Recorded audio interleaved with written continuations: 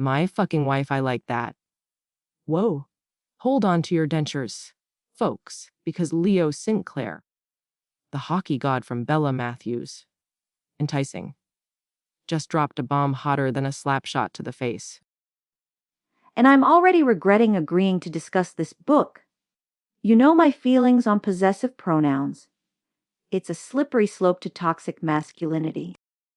It's Barnaby, and you're just jealous because no one ever calls you their fucking anything. Moving on. Welcome back to Heart Book Radio, where we dissect the literary world like a frog in high school, biology messily, and with questionable ethics. Today, we're diving headfirst into Enticing, a book that's basically a romance novel trope, bingo card, come to life. Bingo card is generous. It's more like a trope Jackson Pollock painting splattered everywhere with no discernible pattern. And the author, Bella Matthews, actually fell for her fake husband, a hockey player. Please. Don't be a hater.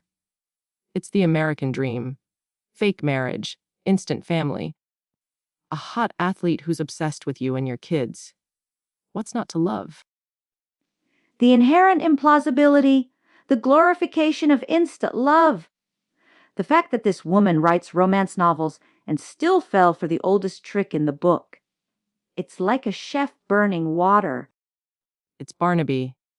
And you're just bitter because your last date ghosted you after you tried to explain the symbolism of the color yellow in The Great Gatsby.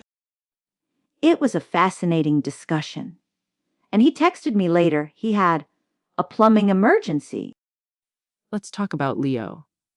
This guy is basically a walking, talking romance novel cliché.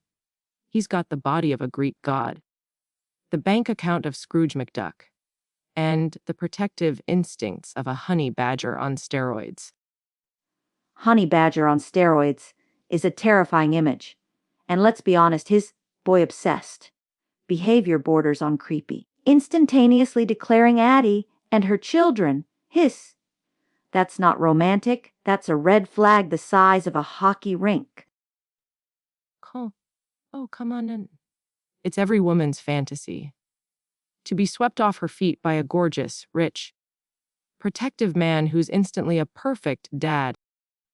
It's a fantasy, not reality. Real relationships require work, communication, and, dare I say, a period of time longer than a hockey game to develop. My neighbor, Brenda, had an instant love situation, ended with a restraining order and a very confused chihuahua. Okay, bad example. But the readers are obsessed with Leo. They're calling him the ultimate book boyfriend. He's like Jason Momoa, but with better puck handling skills. And Addie, she's the classic damsel in distress, rescued by the knight in Shining. Hockey pads. It's a tired trope, even if she does have a compelling backstory. She's a survivor. She's been through hell and back, dealing with a domestic violence situation. She deserves a little instant love and a whole lot of Leo. And her daughters, Izzy, the sassy one, and Lennox. The baby Leo is a whisperer too. Adorable. I will admit the children are well written. But I still maintain that Addie's immediate trust in Leo, given her past trauma, is highly unrealistic. It's like she learned nothing from her previous relationship. Come. Maybe she learned that not all men are jerks. Maybe Leo is the exception to the rule. Maybe you should try dating a hockey player.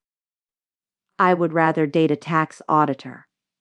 At least they understand the importance of due diligence. So, is Enticing actually any good? I say yes. It's a roller coaster of emotions, a steamy romance, and a heartwarming story about family. Plus, Leo. Need I say more? I'm going to have to disagree vehemently. While the writing is competent, the plot is predictable, the characters are archetypes, and the honest love is frankly insulting to anyone who's ever experienced real trauma. One reviewer said, "That man will get your ovaries kicking." That's not a literary critique. That's a biological imperative. Another reviewer said, "Let me make you safe." That's swoon worthy. That's what women want. That's what some women think they want, based on societal conditioning and a steady diet of unrealistic romance novels.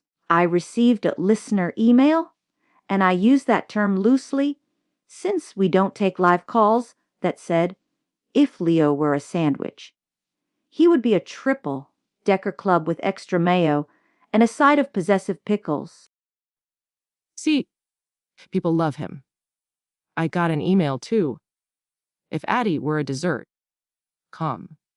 She would be a resilient creme, brulee hard on the outside, soft and sweet on the inside. Those are clearly fake emails and increasingly bizarre food metaphors.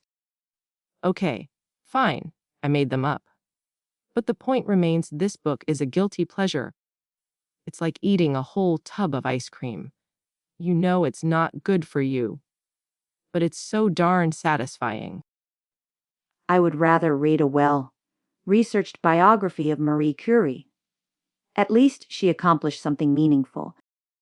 You're just jealous because Marie Curie never had a hot hockey player fall in love with her.